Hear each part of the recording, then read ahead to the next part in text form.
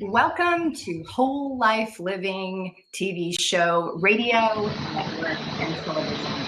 Sponsored by Sherris Closing, a show that explores simple ways to live life at your highest potential through the latest outstanding topics, advice, and positive news from a healthy, happier, more loving, conscious mindset.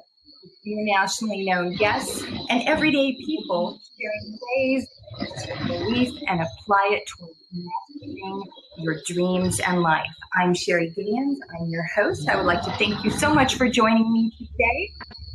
Today, my guest is #1 best-selling author, John Seeley. He's an international motivational speaker, radio host, and life coach. John Seeley has Dr. Veil of Soul. He is a much sought after speaker with a following in 43 countries around the world. John grew up the youngest of 5 children in the Midwest, and he lived a normal life until he found his best friend after he committed suicide. His life became a roller coaster, and finally, after many years of searching, he discovered how to rebuild his life. Now he helps others rebuild theirs with grace and a lot less struggle than he had. John holds an undergraduate in business and a master's degree in psychology, and he is the #1 best-selling author of Get Unstuck, the simple guide to restart your life. He also has Get Unstuck for Kids, and it's a fun, interactive guide to empower your child for life. And his latest, Keep On Believing, Stories of Inspiration, Courage, and Triumph. Welcome, John Seeley. How are you today? Nice to be here. Nice. Awesome to have you. Very, very happy to have you. Thank you so much.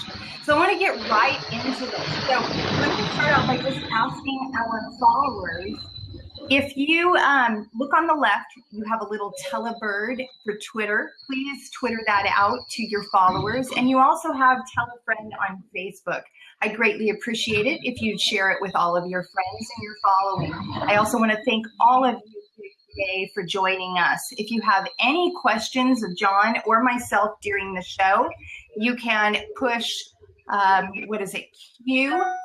Q/space and ask a question here on the panel. At one point, we're also going to let you join in and ask questions live. So we'll do that towards the middle. So once again, thank you so much for joining. So let's get right into this, John. I mean, we're getting close to the holidays. And I mean, I know that families get together and, you know, just depending on how everybody's personalities are, you know, sometimes we have, you know, struggles in the family or, you know, getting together on a gathering, some struggles that may come up. So you say that everyone has multi-personality disorder that keeps us stuck. How does that work? Well, it's not the typical kind of multiple personality that people think of. What I'm referring to is that there is a subconscious group of personalities, kind of like in that Disney movie, that Inside Out, where you've got all these little guys in your head and they're running your life, basically. And so during the holidays, a lot of times, if you're not conscious of this, then you will have a lot of interaction with the other people's subconscious personalities too, and that can get you into trouble. Yeah, no, I can see that because I know for myself, I just had this conversation with my mother the other day. I have a very open personality, and at the same time, I also have that outlook towards the positive and not the negative of life. And the other day I was having a conversation with my mother, and she said, you know, she says, Sherry, she says, why is it that you always have to shift everything to the positive? She says, that really drives me crazy. She says, I only want, you know, there's negative going on in our world and there's negative going on in our life. And she says, and it just bugs me sometimes that you're always trying to find the positive in everything. You know, how would you deal with that? Well, you know, you can't change other people. So really, Right. To accept them and acknowledge, say, well, you know, I understand, Mom, that you don't want to see the positive side of things, but for me, it works best So if you don't want to be positive, I won't force it on you. You know, it's one of those things where a lot of people think that they have to get along with everybody, and it's ideal. But the reality is, you have to take time to be yourself, be genuine, and if you're the one that's always positive, then you got to keep being positive. So too, I said, you know, Mom, I said, what feels better?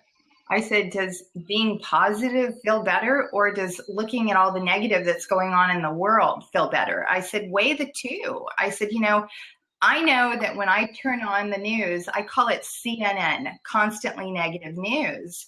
And I know people who, they want to get on the news every single day to watch what's going on in the world. And, you know, I can appreciate that on a lot of levels. But at the same time, honestly, I'm looking to put my attention on things that feel good.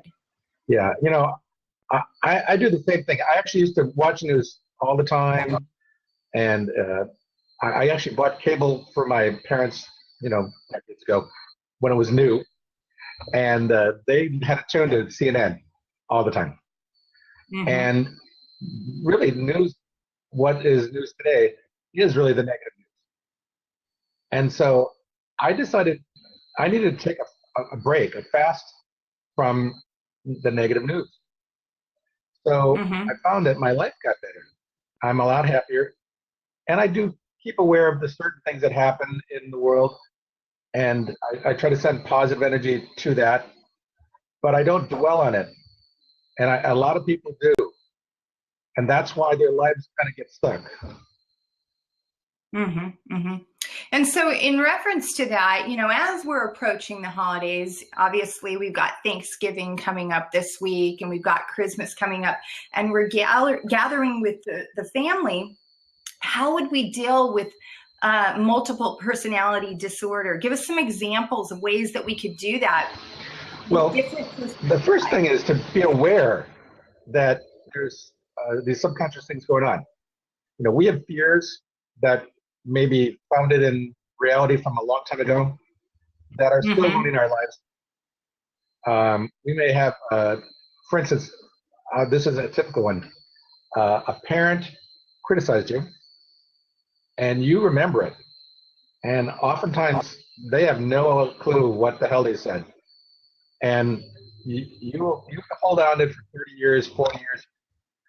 And remember when I was 6 years, and you said, you're never going to be anything, or whatever.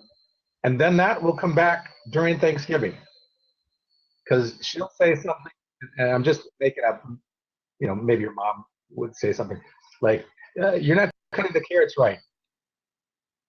And, oh, are you still there? Yeah.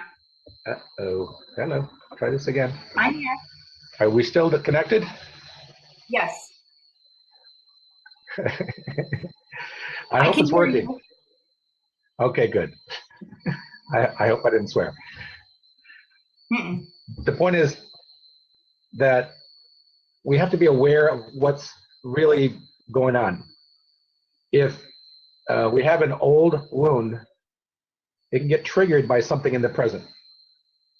So if you feel yourself upset by something that someone said, or someone did, or looked, or maybe even something that they didn't do, like they didn't call you back right away, or whatever it is, ask yourself, what is really bothering you? And really be quiet, because the conscious mind will try to snap some sort of logical answer. But if you're quiet, you can often find out what's really upsetting you. And it oftentimes has nothing to do with what's happening now. So be aware of that. And then also take into account that other people who may not be conscious, who might be having the same thing happening to them. And therefore, give a little more room. You know, if they do something or say something, don't take it personally. Realize they've got their own little minions going on in their head, and that's really what's going on. It has nothing to do with you. Even if they say it does. And so, going back to your reason for writing this book, because obviously there were other reasons on top of the fact that your friend had committed suicide, and then you're dealing with that obviously subjectively. But then you're also dealing with all of your own feelings, emotions, hurts, or whatever may be going on within you. And so going through this process, got to write a book. And what were some of the steps that helped you to get to where you are right now? Well, I finally had to get to such a point that I realized I needed outside help. Mm-hmm. My whole life, I pretty much ran my own life kind of from like 8 on, and made my own decisions and didn't get a lot of input. But after a long period of pain, emotional pain, and life setbacks, I realized I needed outside help. So I reached out for professional help. And the funny thing is that the first therapist I went to, about halfway through the second session, said, "I think you're over my head," which is not what you want to hear as a patient. Mm-hmm. And so I found a much better therapist, and he really helped. And I actually got 2.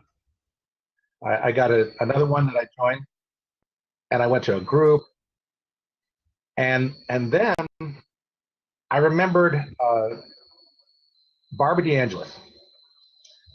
She held monthly workshops, and I had attended one, and it helped to change my life.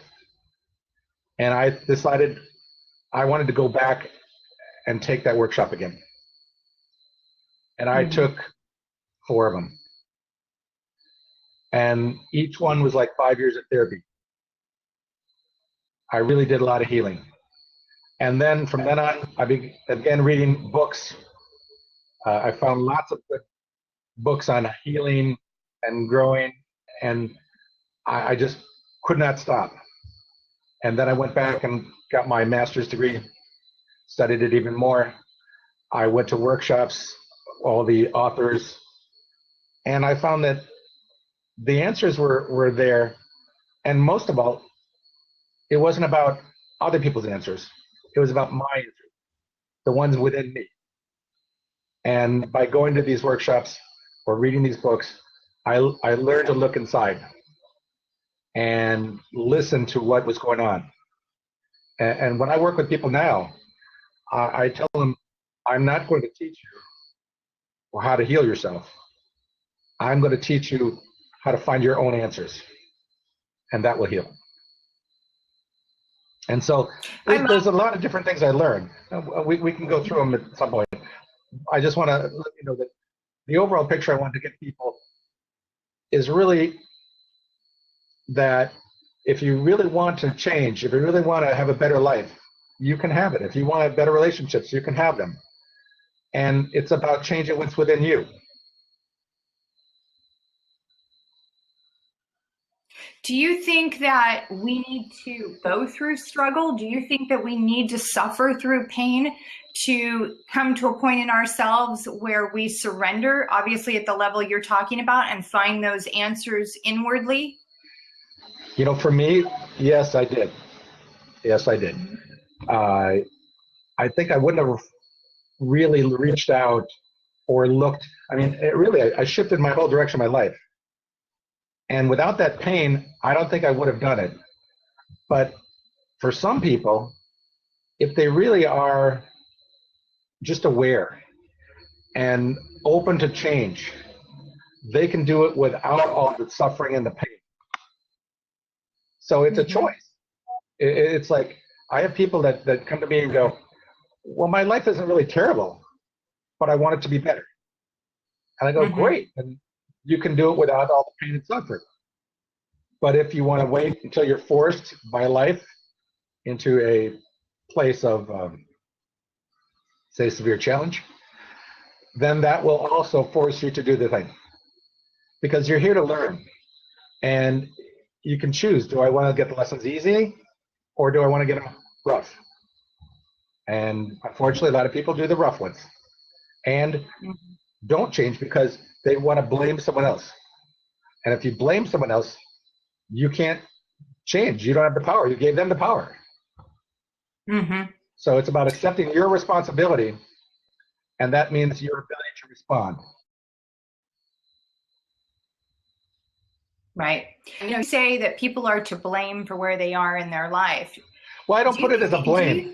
I think you got to see, because a lot of people look at it that way. They're like, if I take the responsibility, then I have to blame myself. And it's more about accepting that you have the power to create your life, and that there's something good, no matter how bad the situation is. There's something good that can come out of this. There's a lesson. And so the question to ask yourself is, what can I learn from this?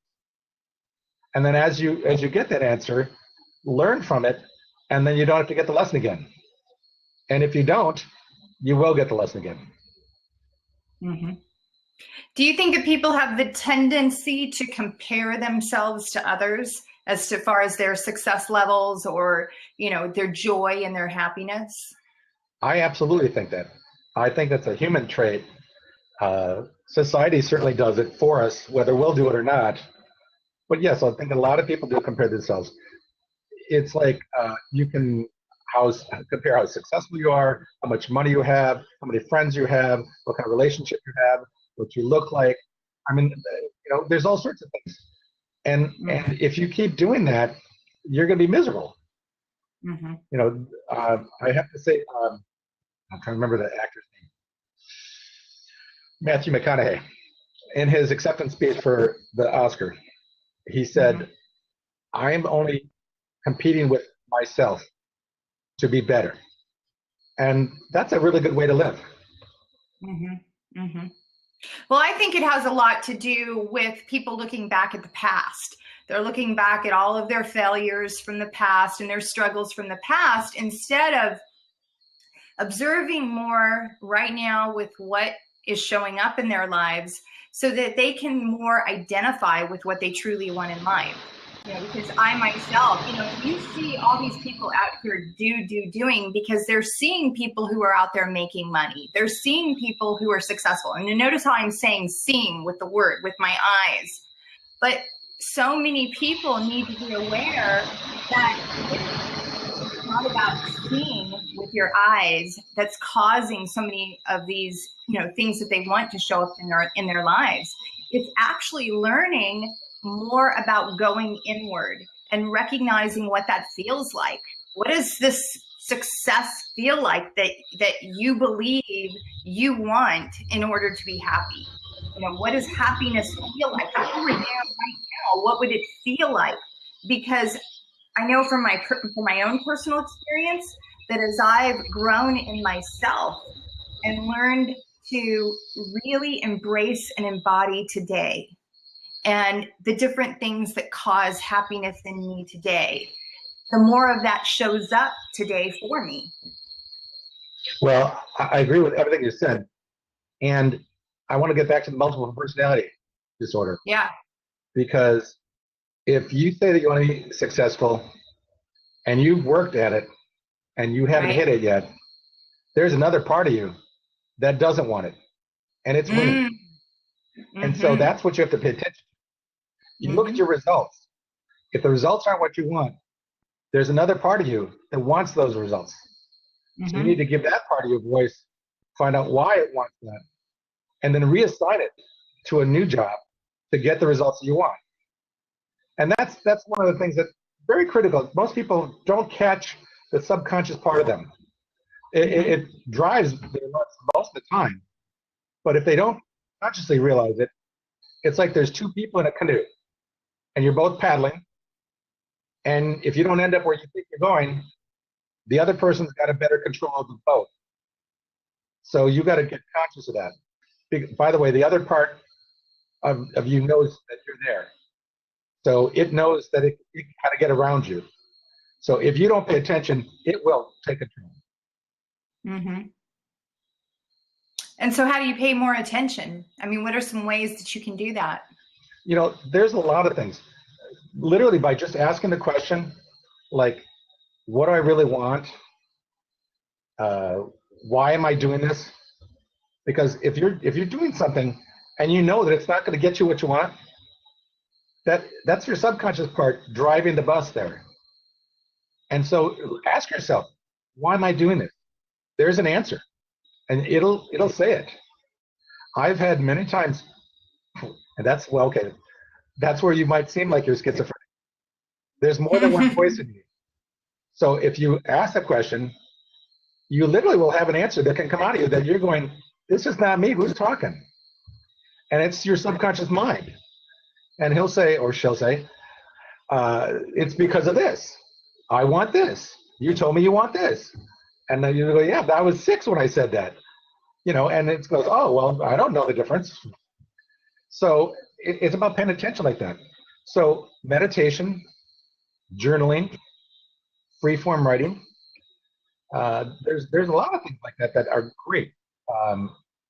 I do a Gestalt where I'll connect to the part of me that has the issue, and I will do what's called non-dominant handwriting. So my dominant hand, yeah, in my dominant hand, I'll ask the question. Then I'll put the pen, it doesn't work on a typewriter, in my non-dominant hand, and I'll answer the question. And believe it or not, I'll get an answer. Now the penmanship won't be as good because it hasn't had as much practice. Mm-hmm. So you can't be critical. But look at the answer and you'll be surprised. I've had so many people go, I didn't know that I had the answer. I'm like, yeah, you do. So that's just one way. Nice. Now, you say that you work, I've heard you before, and we've talked about this before, and you work in prisons. Is there any difference between inmates and people stuck on the outside? You know, not really. When you're in prison, there's a certain freedom because you got nothing to lose. And so a lot of people open up in prison if they're given the chance. You know, I've done my workshops there. I've been with other people doing workshops there. And the people that come to them are hungry. And they want to change. They just didn't know how. And so we give them the tools and the skills to make those changes. And I give the same tools and skills to the people on the outside.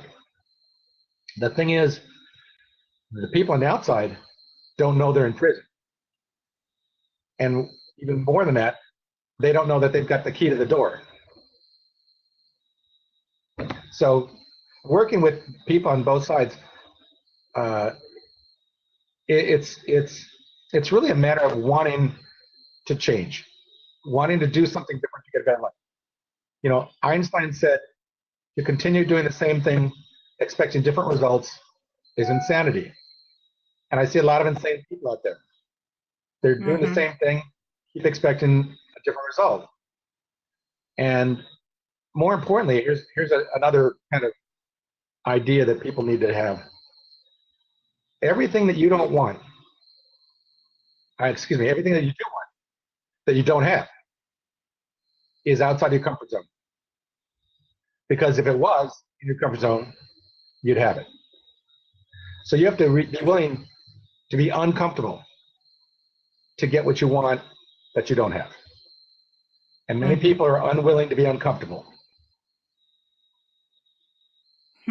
Now, so when you are in these prisons and you're working with people who maybe some do and some don't, because you know we talk about access to books and stuff like that, and being stuck in ourselves. And I know when you go into the prison, how do you help them to recognize that they are spiritual beings, that they are whole, perfect, and complete? I mean, where's your approach with them on the spiritual?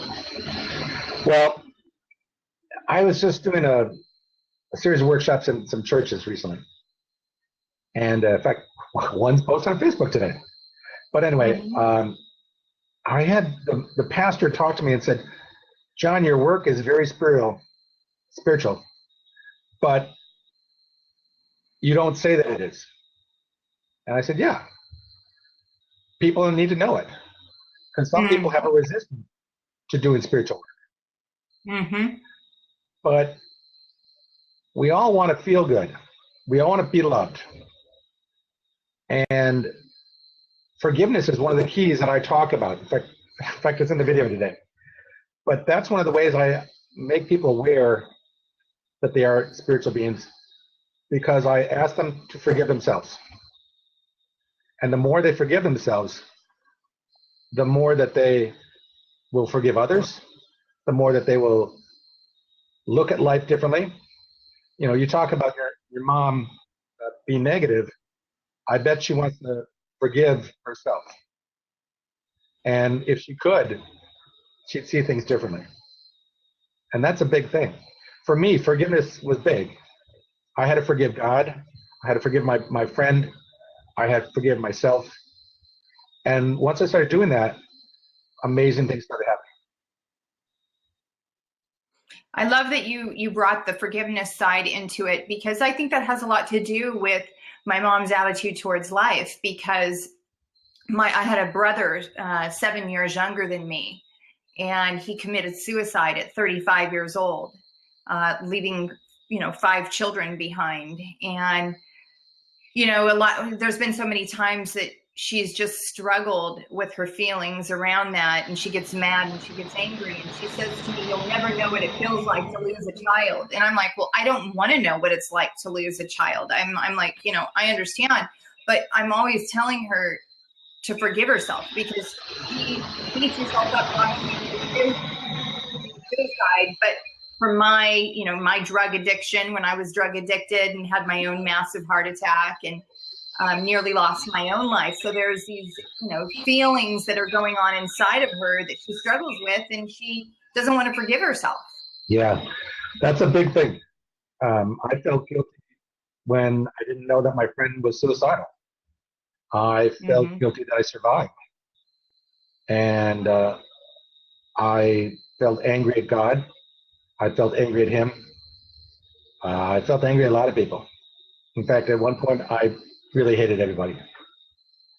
And I went to a workshop where we did a trust process. And before we did that, they asked me, "John, who don't you trust?" And I said, "I don't trust anybody." And that's how I felt at the time.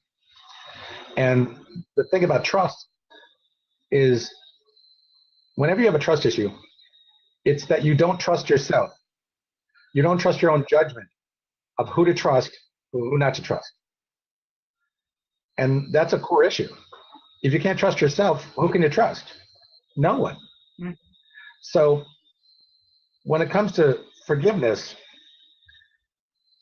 society and religion often lays a lot of guilt on us. And relieving that and letting that go helps tremendously. As I was talking about when you hold resentment or anger, upset with yourself or anybody else, let's assume it's with somebody else. It's like you're holding a hot piece of coal that you want to throw at someone, and who's getting burned? Or another example is you drink poison expecting the other person to die.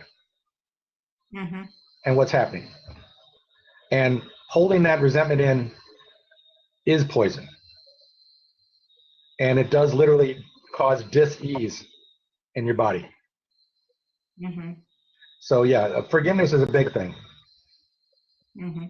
I think that it has a lot to do as well with, like, for example, I'm a savior mentality. So I'm the type of person who is a giver, and I will give away everything to help others.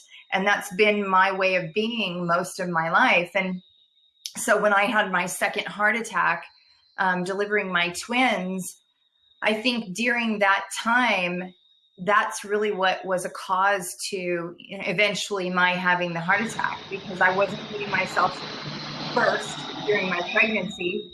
I was trying to fix somebody else and help somebody else who was struggling with alcoholism. And during that time, I wasn't taking care of myself the way that I needed to, and eventually it showed up as disease in my body. Well, a lot of times givers have a low self-esteem level, and they blame themselves for whatever has happened in their lives. Yep, I could see that. And if you could look at it more like, we're in Earth School. We came here to learn some things. And forgiving ourselves is one of the best things you can learn. Another thing I talk about is your word. A lot of times we don't keep our word. We say we're going to keep our word, but we don't. So every time we break our word, one person knows that we broke our word, and that's us. So we feel guilty. Our self-esteem goes down. The good news is, every time you keep your word, your self-esteem goes up. So I actually came up with a little thing to do every day that can help you to build your self-esteem. It's called an ADGR. It didn't sound right. ADGR. I was going to say it one more time. Okay. It's an absolute daily goal with reward. So ADGR. Okay. So you pick a goal that you can complete in 1 minute or less. And so it could be part of a larger goal. So let's say you want to exercise. Your ADGR could be 1 sit-up. And therefore, you'll do it. And even if it's 11:59 at night, you forgot all day long, get down on the floor, do your 1 sit-up, you completed it. Now the hard part is really rewarding yourself. I really, when I have people do these, they always contact me and say, I don't know how to reward myself. So I have to give them a list. And actually, I just suggest some things that I think they might like listening to your favorite song, a 5-minute phone call with a friend, a walk on the beach, something that actually is a good reward to feel good about. And the real reason is your subconscious mind, those little minions that you have in your head, they were programmed by the time you're 8. So you got an 8-year-old running yourself well. And so you got to reward your 8-year-old. Because if you want him to do something, or she, do something over, you have to reward them for when they already did it. So building in a reward to this is really the key to making it work. But most people go, well, 1 sit-up's not going to help. I go, yeah, but if you're down doing 1, chances are you'll do the rest. You'll do the 3 sets or whatever. So, but you're only committing to 1. And that's what makes it doable. So it's really a way of going around your subconscious mind and making them work with you. Making the person in the back of the canoe paddle the same direction. And that's huge. Oh, yeah, absolutely. I mean, it reminds me of my 60-second solution revolution, where I say do a 1-minute exercise every hour for 8 hours, because most people have no idea that it's actually releasing all of these anti-aging hormones that give you 2 times the results of a traditional exercise program. Yeah, I like that program, by the way. But I think that it's something that it's like one of the things that we do, you and I, is we're educating people, giving them new ways of doing something that can get the results that they want. So I'm hoping that by our conversation, we're sparking thoughts and questions in people's minds, and they'll go, how can I do that? Well, let's shift the conversation around your get unstuck in business and people's career, because that's an area where, for example, I have a friend right now who is transitioning from one career to another, and they really stepped out on faith because they just did not enjoy their career whatsoever. what are some of the ways where people can take the necessary steps to get unstuck in a career that really is not serving them, but they're scared? Okay. I've actually helped a lot of people do this. And it's one of the most common things that happens to people. What people don't realize is in today's world, you're probably going to transition to 6 or 7 jobs in your lifetime. Back years ago, you might keep one job for the whole life. Now it's not going to be that way. So you have to be prepared. Now, one of the best ways is to, first of all, see if there's something that you can do, say, maybe at the same company, that would feed your soul. And if that's the case, great. But that's not always the case. But I have people that want to leave a company when they could have done something else in the company and been fine and not lost their retirement and all the rest. But sometimes it's really, you do have to change. You have to be willing to do something different. So first of all, you try to build up sustainability that you can make the transition. In other words, money or skills that you need. So for instance, I held a job when I went back to school to get my training to do what I do now. So I had a high-paying job doing that. And that afforded me to go to school while I was still making the transition. And I think that the best thing you can do is also look at someone else who's doing what you want to do. Find out what's involved in that. I had one client who wanted to own a restaurant. Now, I've owned a restaurant, and I know how hard it is. And it's not something I would wish on somebody. You have to be passionate about it, but you also have to have a lot of skills. And unless you have both, you're not going to succeed. So go find someone that has that situation and ask them all the questions you can think of. Buy them lunch, whatever you got to do, and find out what it's really like. That person, I told them to go get a job at a restaurant because they never even worked at a restaurant. And I said, it'll open your eyes. And after a few weeks, she quit. And she said, I don't want a restaurant. So it's about really finding out what you want. So test the water. Mm-hmm. And then take the steps. And there's a lot of different things that you can do. But jumping off the cliff with no parachute is really a tough way to go because you might hit the rocks below. Right. Well, and I think that it's being willing to, really, really get down deep and ask yourself the questions, what truly makes me happy? What feels good? Because, I talk to people every day, and we're in this age and time where people want to be entrepreneurs. They want to finally find a way to do what they love. I mean, we've got it out there. It's said every single day, do what you love. But then, the struggle for people is in the how, because they go in, you keep bringing, up subconscious thinking and subjective thinking. They go and rationalize and analyze and scrutinize all the reasons why they can't do something rather than connect with the feeling of what is it you want to do and why do you want to do it? Yeah, the why is really the important thing. If it's because I really want to help people or I really want to give of myself in that way, then that's usually a good way. If it's, I just want to make a lot of money, that can wear off or lead you in the wrong direction. Now, there's nothing wrong with wanting to earn a lot of money.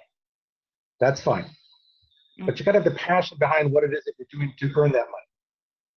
If you have that passion and you have a commitment, then you'll get there. Mm-hmm. We have somebody asking us in the forum, what exactly is a life coach? I mean, from your perspective, I know you've gone to, University of Santa Monica and all of that for social psychology. What exactly is a life coach? Well, people confuse a life coach with a therapist. And it can get a blurry line between the two. But basically, a coach is to help you to design a plan and support you to move forward to complete goals and to change your life. Therapists usually are dealing with emotional wounds, which sometimes coaches kind of cross over, and you got to be careful, because oftentimes when you set a new goal, the obstacles that you had, most of them emotional, will come up. And a lot of people get really scared when they first do that. But that's what a coach is for. It's to help you through that part, to face the fear, but not alone.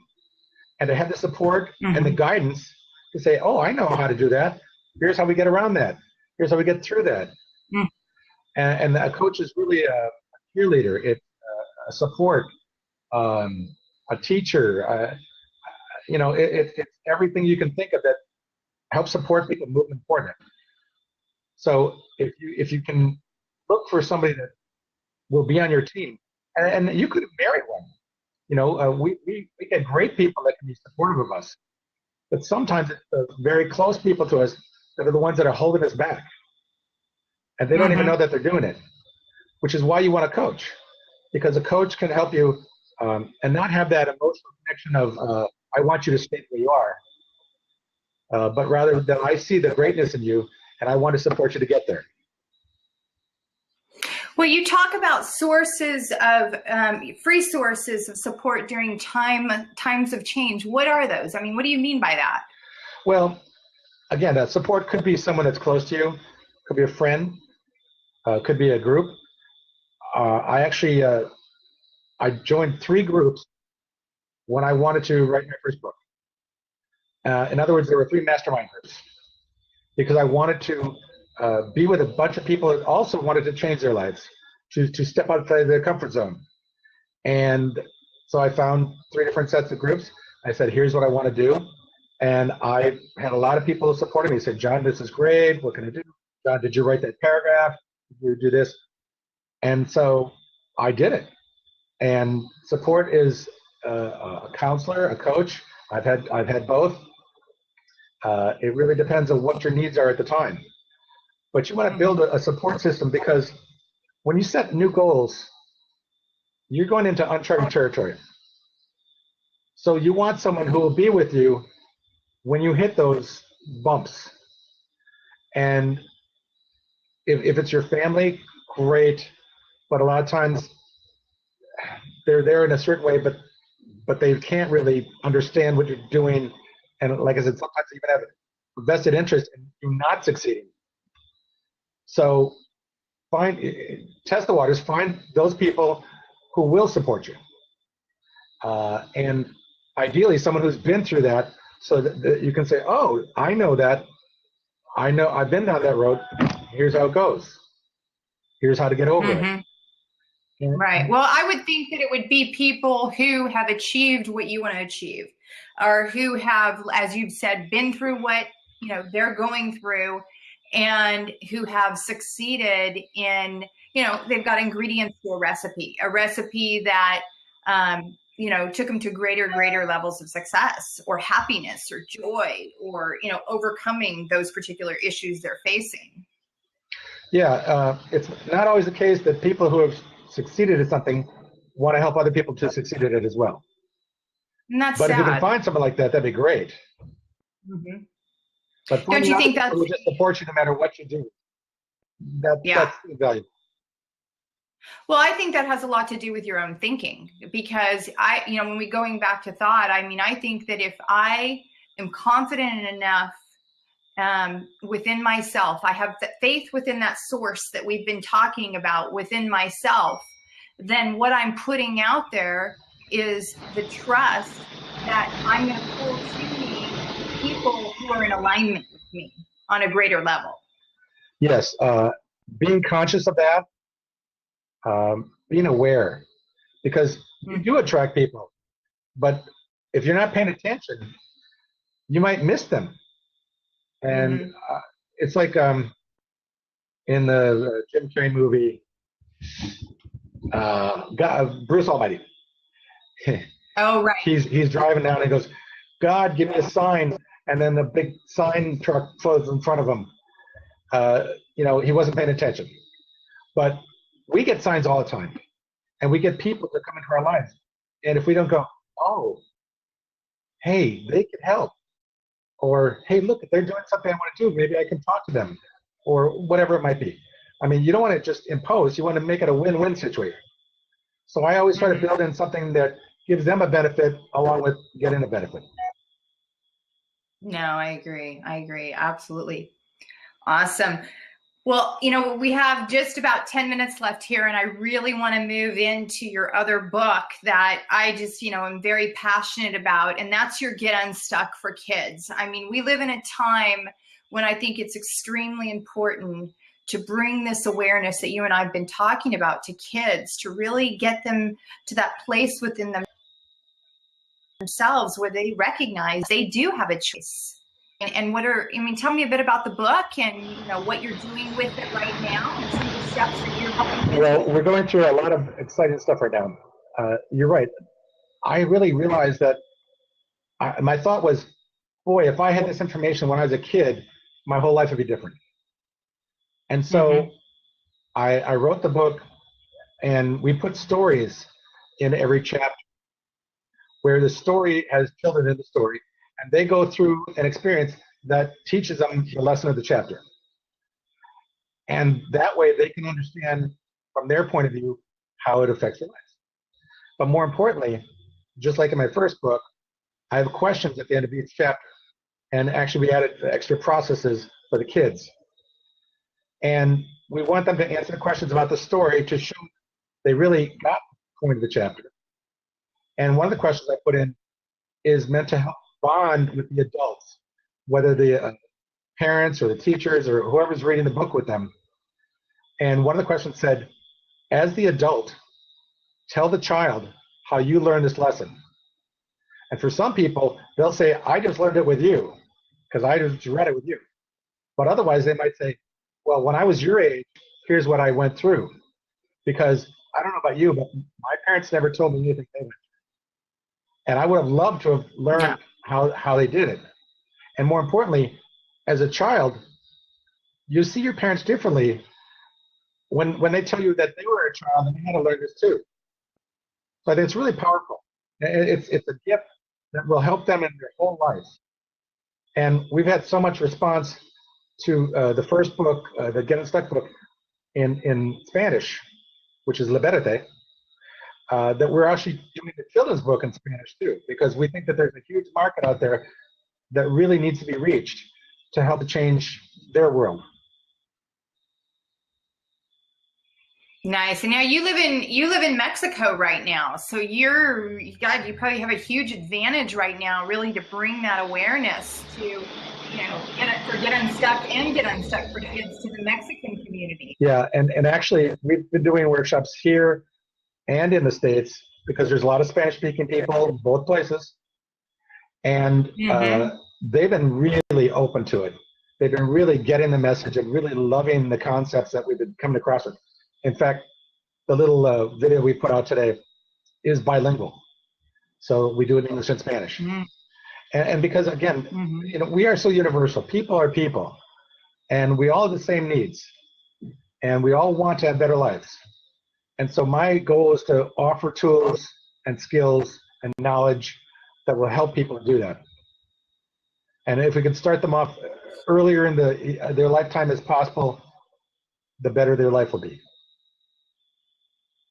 I love that you're saying that, because I have what I call a winter crop of kids and a summer crop of kids, which so grown children and a grandchild from one of them. And then I turned around and I had twins right before 40. And one of the things that I knew from the difference in raising my grown children versus my small children is that my approach in parenting around, like you said, sitting down and telling them, how special they are, having that conversation with them at dinner about, the different things that are going on in their day, and really inquiring about that. And then, one of the things I know with my twins that I've always said, you teach people how to treat people. And what's been really instrumental in the way that they deal with that is if something doesn't feel good in an environment, when they're out playing with their friends or stuff like that, they're willing to walk away from that and come home if it doesn't feel good. Well, I think that empowering the children to understand that they have a lot more power than they think they do, and to give them new skills to deal with the upsets that they get in their lives. And something that I talk about in all my workshops is that we as adults, we have a lot of unexpressed emotions. And if we don't deal with them, the energy from that will go out. If we have children, it'll go out to the kids because they don't have a defense mechanism. And so oftentimes when they are acting upset, they're acting out the adults' unexpressed emotions. So if we have them with the same skills that I'm teaching the adults, everybody will do their emotional work and they'll feel better.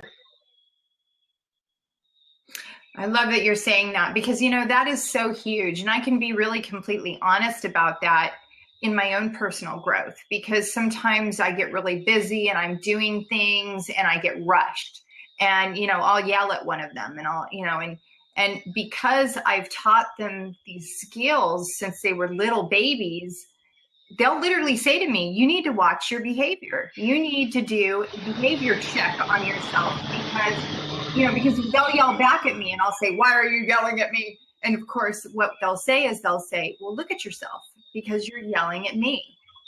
And I'm only mirroring. Yeah. Well, I highly recommend the movie Inside Out.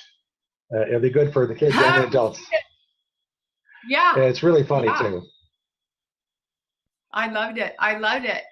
Yeah, I think and it's so fun. Having kids, they're teachers, and a lot of adults don't get that. But kids are teachers for us. So whether they're your kids, somebody else's kids, they can teach you something that you need to learn. So again, pay attention and be open. Awesome. So John, we have just a few more minutes here and I would love for you to share with our viewers and listeners, you know, what else you're doing, ways that they can receive any of your books. I know you've got 3. Why don't you tell us all about those? Okay. Well, obviously you can find them on Amazon and Barnes & Noble and any place that sells books pretty much. We did make them all bestsellers, which is great. And they're actually selling more now than they were before. So keep on believing. Stories of inspiration, courage, and transformation. That's one of the ones that we're doing a whole project on. And we want to go around and help all the unemployed and underemployed people and do free workshops for them. And we're working on that, getting sponsors. That should be cool. The other books, Get Unstuck or Get Unstuck for Kids, you can go to getunstuck.com. And you can find everything there. We actually have a new feature there too. It's a membership. We've got a whole site inside there where we have interviews with hundreds of people, all the top people in the personal development field. I have radio shows. I've got teleseminars. I've got articles, videos. We add stuff all the time. And you can join for free. And then there's other options to get more and more. But it's the kind of thing, it's getunstuck.com/membership. And you'll find that there's a lot of good information there. And it's like I refer to it, and I was there. So if you want to help yourself and help other people, that's a good way. Awesome. Well, I want to thank you so much for joining us today here on the Whole Life Living Show, John. It's been a pleasure having you and learning about how to get unstuck. And I love the names of those books. I've always loved them. There's so many different things that you could do with that. I mean, I just absolutely adore it. And so thank you so much. For those of you who've been viewing with me and those of you on the replay, I want to thank you once again for joining in. My name is Sherris Gideons. I'm your host of the Whole Life Living Show. If you're looking to find out more about me and the show, you can visit wholelifeliving.com. I also have, by the way, a free gift for all of you who have listened in on the show today. It is Setting the Tone for the Day, the Happiness Handbook. And you can get that on wholelifeliving.com. If you're looking to find out more of my coaching programs, there's a section there on my coaching programs. And I look forward to connecting with you again. Thank you so much. We'll see you next week. The show is every Monday at 12 o'clock p.m. PST. That'd be 1 o'clock Mountain Standard Time and 3 o'clock Eastern Standard Time. Once again, have a wonderful week, and thank you for joining the Whole Life Living Show with your host, Sherry Gideons. Thank you, John. Thanks, Sherry.